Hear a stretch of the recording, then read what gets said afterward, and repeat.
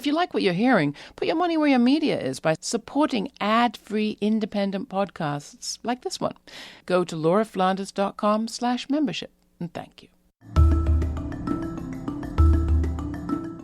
Hi, I'm Laura Flanders, and this is The Laura Flanders Show, the TV and radio program that seeks to raise radical spirits by interviewing forward-thinking people with real models of shifting power from the worlds of arts, entrepreneurship, politics, and activism.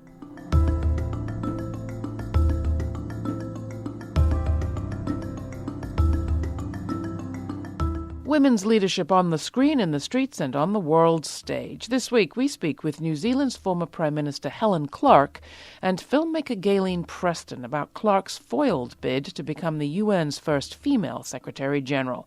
Then we stop by the Athena Film Festival to find out why representation remains so important to leadership, behind and in front of the camera. It's all coming up on The Laura Flanders Show, the place where the people who say it can't be done take a back seat to the people who are doing it. Welcome.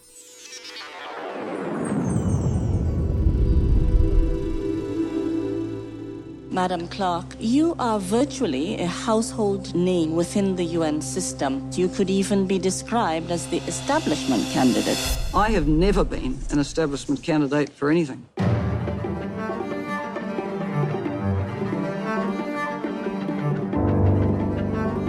One of the most successful New Zealanders ever produced.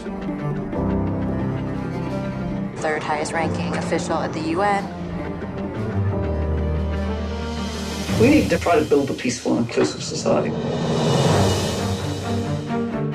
Every night we talk, no matter where she is in the world. So by the time I leave to go back to New York, I will have the equivalent of about 90 meals for Dad. I've been into change all my life. Ms. Clark actually tweeted out my research. I did. Did anyone ever say to me, Helen, please come forward? No one will put a red carpet out for any of us. You got to knock those doors down. She was talking to us, not above us. That was a very good speech. What can we do to make you Secretary General? There have been 8 men over these last 70 years, and there's never been a woman. The UN has got a serious gender problem. It's not geared at selecting the best person for the job. It's about all sorts of other things. This is going to be more interesting than the Olympics. It is more interesting than the Olympics. A noble competition for the most difficult job of the world. Do you consider yourself a feminist? Yes. Answer is yes. I have never said vote for me because I'm a woman. Vote for me because you think I'm the best candidate. It's up to every woman of influence to encourage women to believe in themselves. That was the trailer for the documentary My Year with Helen by filmmaker Gaylene Preston. For decades, Preston had telling Helen Clark's story on her bucket list to do. Former Prime Minister of New Zealand, director of the United Nations Development Programme, when the prospect arose that Clark might become the first female UN Secretary-General, Preston knew her time had come. The Laura Flanders Show had a chance to sit down with both the filmmaker and her subject on the occasion of the film's international debut at the 2018 Athena Film Festival at Barnard College in New York. I was principally interested in the development work that Helen was doing at the UN. Development never gets much interest because it stops terrible things happening. And so I just wanted to know what Helen was doing. So I rang Helen and said, can I come and see what you're doing? And she said yes. And then that became the run for SG. As a woman becoming the first elected Prime Minister, the first woman appointed as Administrator of UNDP, I don't think in all honesty anyone could see me as an establishment candidate because I've come from out of the box, and I'll always be a bit out of the box in looking at how to, in my work, create a ladder of opportunity for others. It's an incredibly important role model. You see, women aren't seeing other women in these positions. They look at the UN, they look at, and I use this example particularly, they look at, say, global health meetings. You can see meetings where there are no women at the table. Now, this is shocking in the 21st century, particularly when you come from a country like New Zealand, where women have done everything and continue to do everything. We have a 37-year-old woman Prime Minister right now, the third in the world, more women Prime Ministers than anyone's ever had. So we find this extremely curious. We look at the United States of America, where a highly qualified woman couldn't get elected as president. I think that this is really something that should be mobilising women around the world to say enough. We've had enough of these decision-making tables not representing us. We want to be at those tables. We've got a right to be at those tables, and we're going to kick the doors in until we get to those tables. Is there any visibility for the UN today? No. When I moved back out of the bubble, and I was in the bubble for 8 years, having had a very successful political career at home, I don't hear about the UN anymore. I look at the shocking conflicts going on. I say, where is the voice of the UN? Where is it central to the diplomacy? You know, today, as we record an interview, we will see the Security Council go back to discuss a ceasefire in Syria, which it's been unable to make any decision on for days.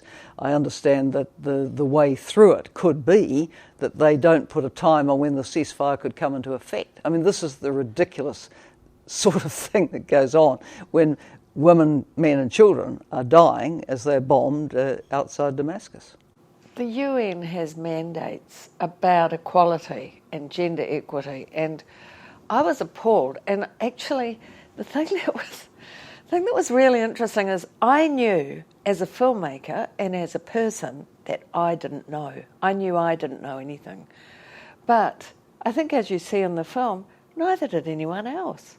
And you've got really experienced journalists there. Everybody doesn't know. And I mean, I think this lack of transparency is really helping prop up the Old Boys Network big time. Bear in mind that this decision on the Secretary-General is not a, quote, democratic decision. It's not like the World Health Organization or UNESCO, where the general membership votes on who the leader will be. At the UN, you have this power structure that was established in 1945 with the victor countries of 1945 taking the permanent seats on the Security Council. And over the last 70 plus years, they've accrued a lot of power to themselves to the extent that basically they choose the Secretary General. And of course, great powers don't particularly want anyone who will stand up to them. So, you know, the chances of independent-minded people from independent-minded small countries who might actually do some things coming through hasn't been so great. Some people get very depressed by it. And we say, don't get depressed, get mad, get angry, get organised. What this really needs is a democratisation of process where the general membership would actually vote exhaustively to get the decision. You know, so let that emotion come out. It's all about being enraged. I think we've got a culture at the moment that sees anger as a bad thing. It can be, but I think being enraged can be. It can give you energy to change things, and so all my films are about that. And I think this one is particularly useful in that regard. Yeah, it's had a very, very good reception, and I think, you know, probably the best thing about the screenings for us is the conversations that happen afterwards. Yeah. I've been making films for 40 years. I have always worked mainly with men because that's who's been there to do it. It's not just about how many women you have on your crew or how many women get to actually make films. It's the stories that don't get told. It's the complete patriarchy that is seen every night on the news. I mean, if you take out the presenters, all you have to do is count the talking heads, the experts. There's a lot of things that are they're embedded in us, and they're embedded in our children, and it's very hard to get away from. This is the Laura Flanders Show. I'm Laura. My guests are filmmaker Gaylene Preston and the former Prime Minister of New Zealand, Helen Clark. Clark's the subject of Preston's latest documentary, My Year with Helen. If women are going to see real equality around the world, we're going to have to break through those last remaining glass ceilings, like the one at the very top of the UN, says Preston. Our lives and the lives of the planet itself may depend on it, says Clark. I know that people say gotta be a better way, but there ain't no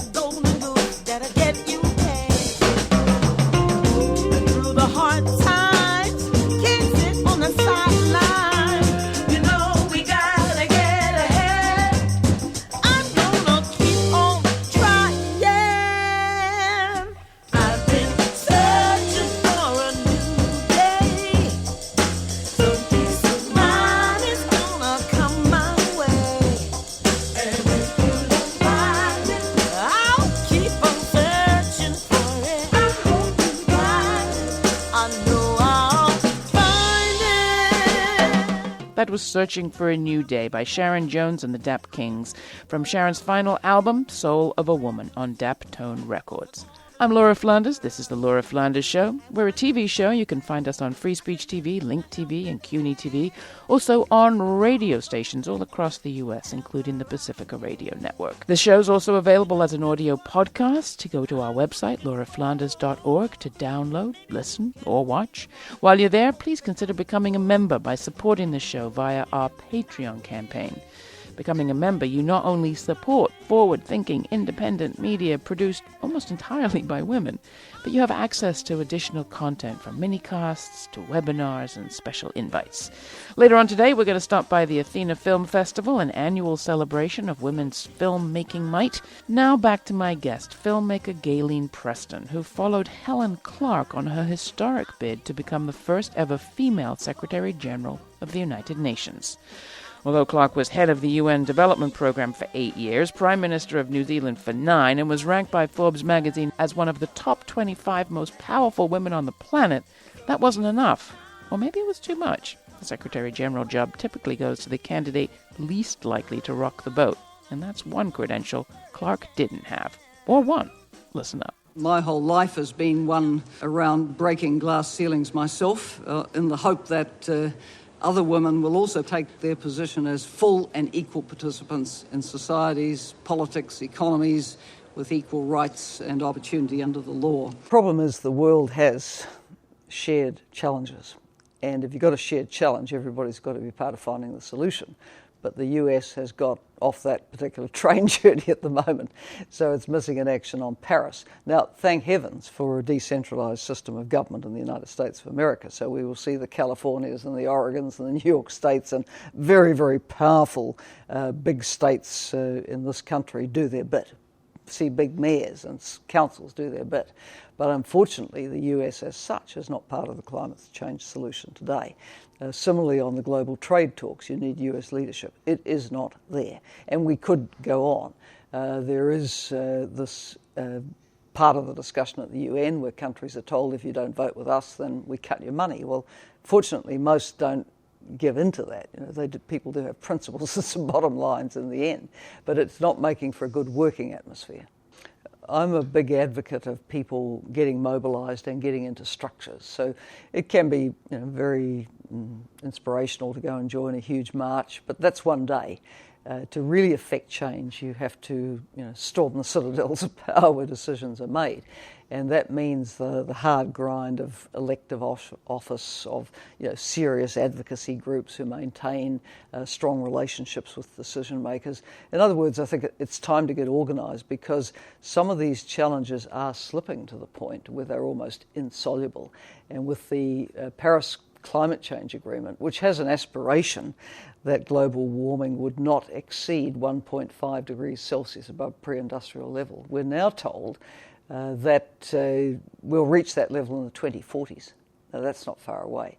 And we're on a course for a 3 to 4 degree future, not 1.5. Now, that is catastrophic for everybody, not only small island developing states, not only the Philippines, not only the Sahel and the Horn of Africa, which are so dry already, or Cape Town, which is about to run out of water.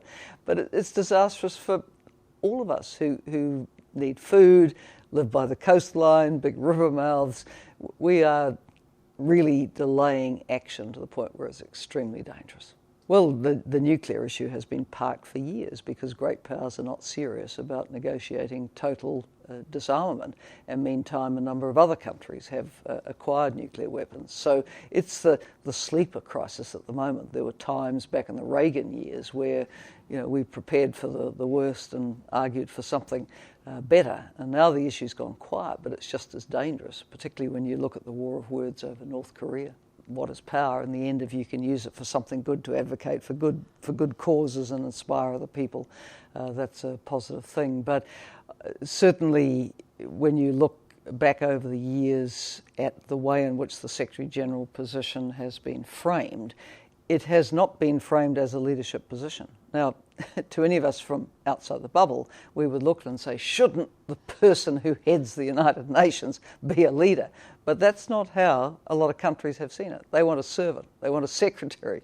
So when you present as clearly a woman who has strength, and you come from a country which is independent-minded, and you are very identified with that country's foreign policy, I'm sure that can be deeply threatening to a number of member states, including great ones, because you're not easy to control. I think that every corporation, wherever there's money and power, you usually find women busy at the beginning of things. So you could say that Helen and I are two people who've been at the beginning of things. So I was at the beginning of the New Zealand film industry, so I could be considered a pioneer. You find women at the beginning of the French Revolution. It was actually a revolution. It was actually a protest of housewives over bread. To begin with, the storming of the Bastille. But once money and power come in, the women are suppressed, and I think you find that everywhere. They have to get out there and get organised. They have to, whether it's in this country, seeing the parallels with what happened with Hillary Clinton, they need to be thinking about these midterms, get involved with candidates that they believe in, they think can make a difference. In the end, if you're going to change power structures, you have to get into them, and you have to support other people who have the ability to change those things. Yeah, and I think we need men. I mean, making a film is a good thing. You know, you take it to a broad audience. So My Year with Helen has been in New Zealand in cinemas with substantial audiences. And I think you can help bring men alongside, because you're not going to get anywhere if it's just women fighting alone. We have to be fighting together. It's actually about equality. And so having a clear analysis around gender, I think is, that's the personal politics is the root of all politics to me. You can't go out there and make great speeches and then go home and beat your wife. And, there's been too much of all that going on, and it is time it stops. It is time. Having been so many years in leadership positions, high-profile ones, and being a person who has known positions on quite a number of important issues, I get asked to do a lot. I get asked to speak a lot, being at a lot of events, join advisory boards for this or that. So basically I'm enjoying myself, picking up the issues that I'm passionate about. I still speak a lot about sustainable development, gender equality, big health issues, and occasionally on peace and justice as well. So I have plenty to keep me going. That was Helen Clark, former Prime Minister of New Zealand and subject of filmmaker Gaylene Preston's documentary, My Year with Helen. Next up, we attend the 8th Annual Athena Film Festival at Barnard College, where My Year with Helen debuted and got a standing ovation. These past 6 months have seen what feels like a tidal wave hit Hollywood, with an unprecedented number of powerful men falling like a deck of cards after the Harvey Weinstein scandal broke last October. For women in entertainment and women in all sectors, this moment of reckoning has been in the making for far too long. But some women have been shouting about systemic sexism in the entertainment industry and patriarchal wrongdoing for decades. It was in this spirit that the Athena Film Festival was created. Now in its 8th year, the festival puts the spotlight on female leadership. We caught up with some of the filmmakers and moviegoers in attendance this year. There's been a groundswell over the last couple of years of people paying attention to the lack of women on screen with agency. It always had our purpose, but I think people are feeling the purpose in a different way. I think a focus on female voices is very important because we're underrepresented in Hollywood, especially people of color. It got me excited to sort of come and support the cause because we need more representation. It's important to see myself up there on the screen and for women to see themselves up there on the screen and behind the camera and everything. So I saw Lady Bird. I thought it was a really cool film, like showing the perspective of like a female growing up, I guess, in Sacramento. Usually coming of age stories, it's like male-centered. Like I know Meet Earl and the Dying Girl, which is like it's centered on him, even though like this girl is dying. It's like the manic pixie dream girl kind of thing, like Garden State and all that. Basically, they just serve the purpose to like advance the guy.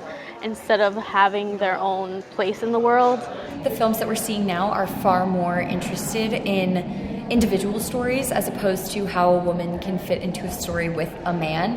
A lot of, the princesses in the past, they get their prince and they live happily ever after. And now we're seeing princesses like Moana, films in which women can be their own heroes and they don't need another person to sort of fulfill their lives. A woman is just as capable as a man is of achieving greatness and happiness.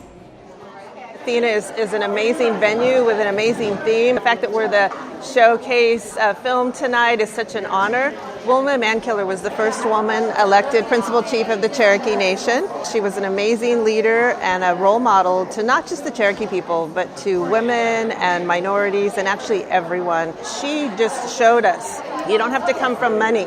You don't have to be healthy necessarily. She was sick, and you can still be powerful, and it comes from within.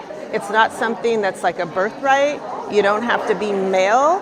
Her message is something that I personally feel our leaders, our elected leaders, need to have as a role model and need to listen to her. The Cherokee Nation has always been a matriarchal nation. Women signed the treaties with the men, and it was only through interaction with white Europeans that changed. Wilma was able to overcome a great deal of gender bias.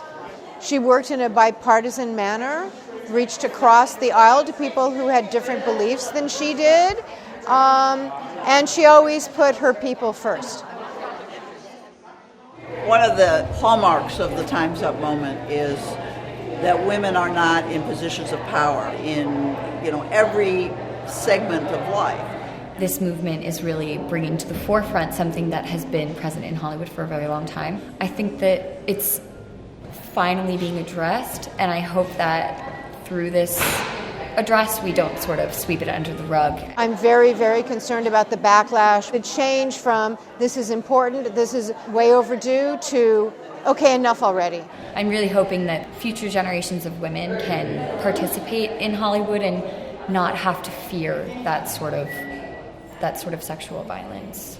Men want to believe that it's not a problem. We just can't give up because it's difficult and because we're being attacked. The idea that if you're sexually assaulted, the best thing that you can do is keep it quiet is something that's definitely been, I think, taught to women most of our lives. You grow up thinking that, if you are sexually assaulted, it is your fault. You did something to ask for it or provoke it or something. The Me Too movement, coming up, and the Time's Up movement and everything, I think is just a message to young girls everywhere that you shouldn't just stand for this stuff. Also not having to conform to the stigma of this is what I need to do to make myself someone in Hollywood, and this is what I need to do to be someone.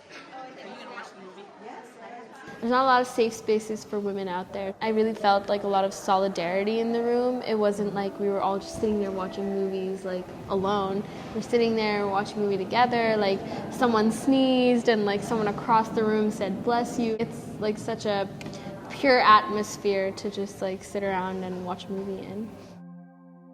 Next, the F word, this week's commentary.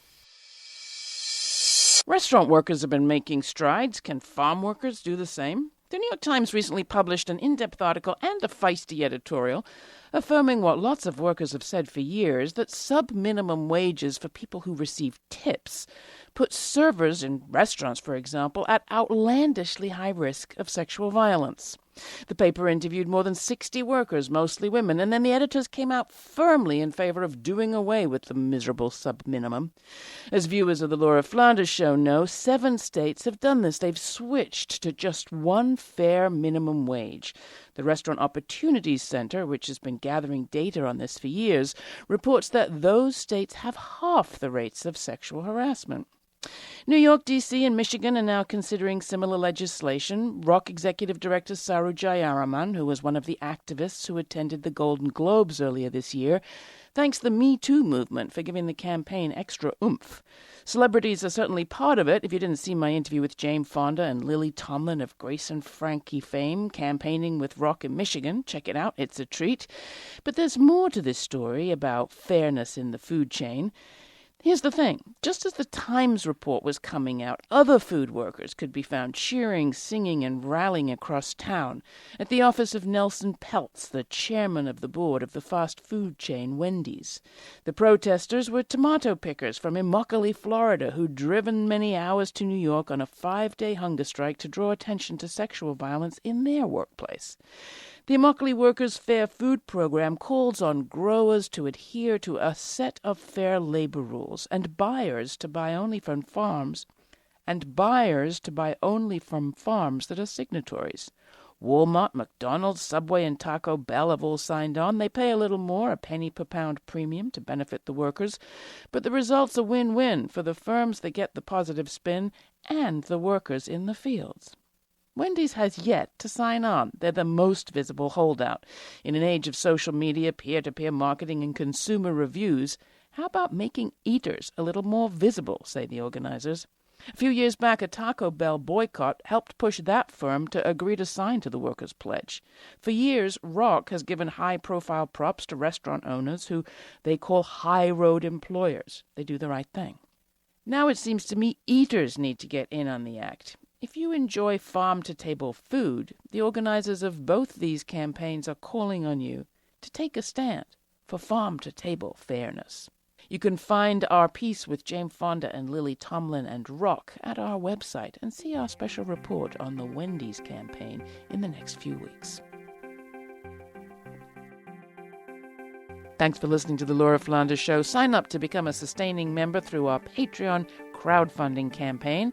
It'll cost you as little as $2 a month, and you'll get exclusive access to member-only content, including extra interviews, podcasts, and more. Hit the link included in the description of this week's podcast to check out all the details. Every dollar counts, and we put each one to good use. We can't do it without you. Take a moment, too, to subscribe to the podcast if you haven't, and write a review in Apple Podcasts. It really helps us spread the word. Feel free to write to me. Tell me what you think. That's Laura, L-A-U-R-A, at lauraflanders.org. I do my best to get back to everyone. This show is produced by yours truly, Laura Flanders, with Tammy Hamada Warrenoff, Monica Mohapatra, Danica D'Souza, Diego Romero Montiel, Jeannie Hopper, and Mira Al-Rahim. The program's made possible by the Novo Foundation and listeners like you. Become a member today. Thanks for your ongoing support. We couldn't do it without you. Stay kind. Stay curious. Till the next time, I'm Laura Flanders.